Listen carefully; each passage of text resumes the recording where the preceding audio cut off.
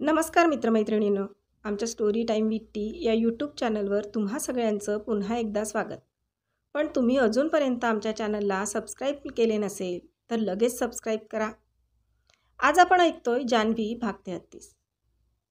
जान्हवी तृप्ती आणि राजच्या लग्नानंतर सांगलीला परत आलेली. तिच्या सुट्ट्या संपल्या होत्या. ऑफिस रुटीन चालू झाले होते. एवढ्या दिवसांच्या सुट्ट्या घेतल्यामुळे आता फार काम पेंडिंग होते. तिचा पूर्ण दिवस कामातच संपत होता. तिने परत आल्यानंतर मोहनच्या आईबाबांना सुखरूप परत आल्याचे कळवले होते. ते पण अधूनमधून फोन करत राहायचे तिला. तृप्तीचे फोन आता कमी झालेले, कारण मॅडम हनीमूनला नैनितालला गेलेल्या. अविनाशचा पण एकदा फोन येऊन गेला. जान्हवी पण मनात काही किंतू न ठेवता त्याच्याशी मनमोकळेपणाने बोलत होती. माधुरी होतीच अधूनमधून तिच्या भेटीगाठी सुरू होत्याच. असाच एक महिना निघून गेला. एक दिवस तिला सकाळी रूपाचा कॉल आला. हॅलो ताई, अगं बाबांची तब्येत फार सिरियस आहे, त्यांना दवाखान्यात न्यावं लागेल. रूपा म्हणाली. काय झालं नेमकं? जान्हवीने विचारले. अगं त्यांना श्वास घ्यायला त्रास होत आहे. ठीक आहे, दवाखान्यात ॲडमिट कर लगेच, मी पण येते. इथल्या हॉस्पिटलला नाही घेतले, दुसरीकडे न्या म्हणाले, मोठ्या हॉस्पिटलला, रूपा सांगत होती. मग इथे घेऊन ये सांगलीच्या हॉस्पिटलमध्ये, मी बोलून घेते डॉक्टरांशी. हो ताई, तू असशील ना? हो आहे, आणा तुम्ही काकाला. काकाच्या सांगलीच्या हॉस्पिटलला आणले. जान्हवीच्या ओळखीने लगेच ट्रीटमेंट सुरू झाली. जान्हवी डॉक्टरांना जाऊन भेटली होती. डॉक्टर, किती दिवसात बरे होतील काका? जान्हवीने विचारले. मॅडम, खरं सांगायचं तर काहीच चान्सेस नाहीत, डॉक्टर म्हणाले. म्हणजे काय म्हणायचं आहे तुम्हाला? जान्हवीने विचारले. ते दारू जास्त पित होते ना? हो, जान्हवी म्हणाली. त्यांच्या दोन्ही किडन्या खराब झालेल्या आहेत आणि इतरही बरेच परिणाम झालेत, त्यामुळे त्यांचं आता वाचणं कठीण आहे, डॉक्टर म्हणाले. अच्छा, पण काहीच उपाय नाही का? जान्हवीने आशेने विचारले. उपाय आहे म्हणजे डायलिसिस वगैरे करून मृत्यू पुढे ढकलता येईल, पण खूप खर्चिक ट्रीटमेंट आहेत या, आणि पेशंटला पण त्रास आणि नातेवाईकांना पण. मग तुम्ही काय सुचवाल डॉक्टर? व्यर्थ खर्च करून काहीच फायदा नाही, मला तर असं वाटतं. बाकी तुमची इच्छा. बरं, मी बघते काकू काय म्हणते, त्यानंतर सांगते तुम्हाला. जान्हवी असे बोलून निघून गेली. जान्हवी ही सगळी माहिती रूपाला सांगत होती. तिला पण डॉक्टरांचं म्हणणं पटलेलं. जान्हवी तिच्या आईला सर्व सांगायला लागली. तिला पण पटलं. जेवढी शक्य असेल तेवढी ट्रीटमेंट करा असे जान्हवी डॉक्टरांना सांगत होती. जान्हवी सकाळी व संध्याकाळी काकू व काकांचा डब्बा दवाखान्यात पाठवत होती. रूपा जान्हवीसोबत घरी होती, पण सकाळी रोज डबा घेऊन दवाखान्यात जायचं काम तिच्याकडे असतं. संध्याकाळी जान्हवी जात असते. सुमित पण घरी येऊन जाऊन होता. 8 दिवस असेच गेले. त्यांची तब्येत दिवसेंदिवस खालावत होती. डॉक्टर शक्य तेवढे प्रयत्न करत होते, पण त्यांनी ट्रीटमेंटला रिस्पॉन्स करणे बंद केले होते. शेवटी काका निघून गेले. त्यांच्या अंत्यसंस्काराला गावी नेण्यात आले. जान्हवीने ॲडमिट केल्यापासून सर्व माहिती मोहनला देत होती. मोहन पण रोज फोन करून चौकशी करत होता. अंत्यसंस्काराला मोहन व त्याचे आई वडील पण आलेले. काकाच्या जाण्यामुळे घरावर एक दुःखद कळा पसरलेली होती. सर्व नातेवाईक आलेले. सर्वजण रूपा, सुमित व काकूला धीर देत होते. माणूस कसाही असला तरी आधार होता घराचा. आता घर पोरकं झालं होतं. अंत्यसंस्कार झाल्यावर एक एक करत सर्वजण निघून गेले. जान्हवी थांबणार होती. तिच्याशिवाय आता या कुटुंबाला आधार देणारं कुणीच नाही हे तिला कळून चुकलं होतं. दवाखान्यात असताना बघितले होते, कुणीच चौकशी पण करायला आलेले नव्हते. तिच्या काकूचा स्वभाव पण तसाच होता म्हणा. कुणाशीही चांगली वागत नसल्याने माणसं दुरावणारच ना. मोहनने आईबाबांना जायला सांगितले आणि तो थांबला. रूपा आणि सुमितने त्यांना थांबायला विनंती केली होती. संध्याकाळी अंगणात बसून मोहन आणि जान्हवी बोलत होते. तुम्हाला त्रास झाला ना थांबायला लागल्याने? जान्हवीने विचारले. त्रास कशाचा? अशा वेळेस आधार देणारं कुणीतरी पाहिजे ना. काकूचं तेवढं काही वाटत नाही, पण रूपा आणि सुमितबद्दल वाटतं. त्यांना गरज आहे आता आपली. बरं, तू काय ठरवलं आहेस पुढे त्यांच्याबद्दल? मोहन म्हणाला. मला काहीच कळत नाही. रूपा 12वीला आहे. तिचा रिझल्ट लागला की तिच्या ॲडमिशनचं बघू काहीतरी. पण काकू आणि सुमितबद्दल नाही ठरवले काही.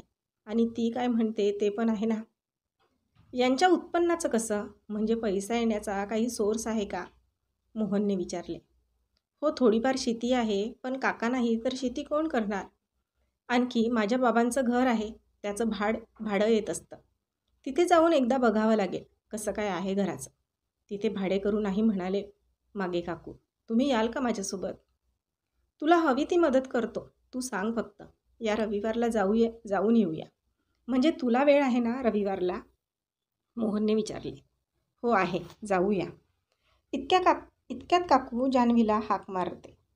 ती आता आत जाते. सुमित बाहेर येऊन मोहनसोबत गप्पा मारत बसला. काय ग काकू, बोलवलंस मला? हो, तुझी खूप मदत झाली. तू नसती तर काय केले असते मी? काकू म्हणाली. अशा वेळेस मदत नाही करायची तर कधी? आणि एवढं बोलून पर्क नको करूस मला. ठीक आहे, पण एक विचारू का? काकू जरा भीतभीतच म्हणाली. हो, विचार ना. तू मोहनसोबत म्हणजे परत त्यांच्याकडे जाणार आहेस का? काकूने विचारले.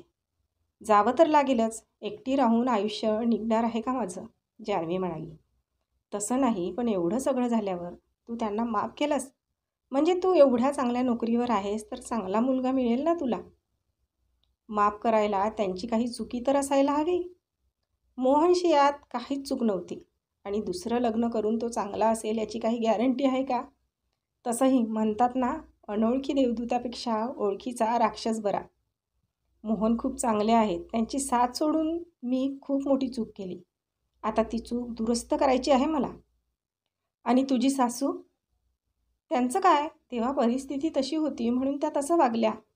त्यांना त्यांची चूक कळालेली आहे, जान्हवी म्हणाली. ठीक आहे, तू म्हणतेस तर. काकू जरा आता नाराज होत म्हणाली. जिजू आहेत तर किती छान वाटत आहे ना ताई. किती समजून घेतात ना सर्वांना. रूपा बाहेरून येत म्हणाली. हो ग, समजूतदारच आहेत ते. सर्वांच्या मदतीला समोरच असतात, जान्हवी म्हणाली. ताई, तू आणि जिजू एकत्र का नाही राहत ग? रूपा म्हणाली. जान्हवीला काय उत्तर द्यायचे ते कळत नव्हते. अगं, मला ऑफिसकडून घर मिळाले ना, म्हणून मला तिथेच राहावं लागतं. तुझ्या जिजूंना लांब पडतं ना तिथून, म्हणून ते घरी राहतात, ती विचार करून म्हणाली. 2 दिवस जान्हवी सुट्ट्या काढून शंकरपूरला थांबलेली. मोहन पण ड्युटी करून येत होता. जाताना तिने काकूकडे तिच्या घराचे कागद मागितले. अगं, तुलाच देणार आहे मी भाड्याचे पैसे. तुझ्या या परिस्थितीत काढून घेणार आहे का घर? एवढी पण मूर्ख नाही मी. फक्त मला जाऊन बघून यायचं आहे. भाडे करू काय येत नाहीत. काही डागडुजीची कामं पण असू शकतं ना, तेच बघून येते. तू नको काळजी करू. जान्हवी तिच्या काकूचा पडलेला चेहरा बघून म्हणाली. जान्हवी, तुझ्याशिवाय कोण आहे का आता आम्हाला? माझं सोड, पण रूपा आणि सुमितची काळजी वाटते म्हणाला. काकू रडत म्हणाली. मी आहे ना, नको त्या दोघांची काळजी करू. जान्हवी तिच्या खांद्यावर हात ठेवत म्हणाली. तू येत राहा ग अधूनमधून, तेवढंच बरं वाटतं बघ.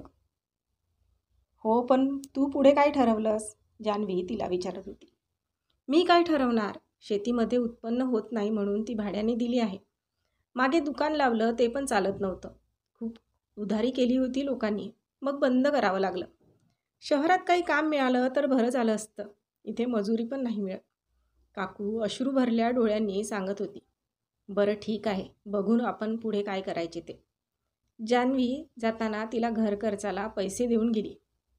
2 दिवस जान्हवी ऑफिसमध्ये गेली. तिथली कामे पण भरपूर होती. रविवारला परत घराचं बघावं लागणार होतं. रविवारला सकाळी 9 वाजता मोहन जान्हवीकडे आला. ती स्वतःचं आवरतच होती. जान्हवीने मावशीला नाश्ता बनवायला लावला. दोघांनी नाश्ता केला आणि जायला निघाले. रविवार असल्यामुळे ड्रायव्हर सुट्टीवर होता. त्यामुळे जान्हवीने गाडी स्वतःच चालवायला घेतली. बाजूच्या सीटवर मोहन बसला होता. आज किती दिवसांनी दोघेच असे लॉंग ड्राईव्हला निघाले होते. दोघांच्याही मनात नकळत लोणावळ्याच्या ट्रिपच्या आठवणी जागा झाल्या. पण बोलायची हिंमत दोघांचीही नव्हती. दोघेही मन लावून गाडीतली गाणी ऐकत होती. काही वेळाने जान्हवीने एका रेस्टॉरंटला गाडी थांबवली. दोघे खाली उतरले आणि कॉफी घेतली. 10 मिनिटे रिलॅक्स झाल्यावर दोघे परत निघाले. आता जान्हवीने गाडीची चावी मोहनकडे दिली. तो ड्रायव्हिंग सीटला बसला. जान्हवी बाजूच्या सीटवर शांतपणे डोळे मिटून बसली. गाडीत गाणी सुरूच होती. दोघं अधूनमधून इकडली तिकडली चर्चा करत होते. जान्हवीला वाटत होते की मोहनने तिला स्वतःहून घरी परत येण्याबद्दल म्हणावे, पण मोहनला वाटायचे ती आपल्यापासून फार दूर गेली. तिचं लाईफस्टाईल वेगळी आहे. तिला चांगला पार्टनर मिळू शकतो, त्यामुळे कुणीच हा विषय काढायचं टाळलं. कराडला पोहोचले तेव्हा 12 वाजले होते. जान्हवीच्या घराच्या पत्त्यावर दोघे पोचले. घर छान दिसत होतं. घर कसलं, दुमजली बंगलाच होता तो, आणि चांगल्या अवस्थेत पण होता. दोघं आतमध्ये गेले. तिच्या वडिलांचे मित्र सुभाष, ते या घराचा व्यवहार बघायचे. तिने त्यांना पण फोन करून बोलवले होते. त्यांनी तिथल्या सर्व भाडेकरूला भेटून चर्चा केली. सर्व रूम भरलेल्या होत्या. तिने सर्वांना आपला मोबाईल नंबर दिला आणि काही अडचण आल्यास किंवा रूम सोडून जाणार असल्यास कळवण्यास सांगितले. काका, सर्व रूम तर भरलेल्या आहेत, मग काकू रूमाखाली आहेत का म्हणाली? जान्हवी सुभाषरावांना विचारत होती. ते आता 1 महिना झाला, नवीन बिऱ्हाड आले त्याला. सुभाष जरा दचकत बोलला. अच्छा, पण वाटलं नाही त्यांच्या बोलण्यातून. तू एवढी चांगली पोस्ट मिळवलीस, आनंद झाला. वाटलं नव्हतं तुझा काका एवढं शिकवेल तुला. जरा विचित्रच होते ना ते. सुभाष विषय बदलत म्हणाला. मी लग्न झाल्यावर शिकले काका, जान्हवी म्हणाली. हो, जावई बापू समंजस दिसत आहेत, चेहराच सांगतो त्यांचा. त्याचं सगळं क्रेडिट तिलाच आहे. ती आहेच हुशार, मोहन म्हणाला. हो, ते झालंच. सुभाषरावांनी जान्हवी आणि मोहनला आग्रहाने घरी नेले. त्यांच्या पत्नीने चहा नाश्ता केला. त्यानंतर परत ते जाण्यासाठी निघाले.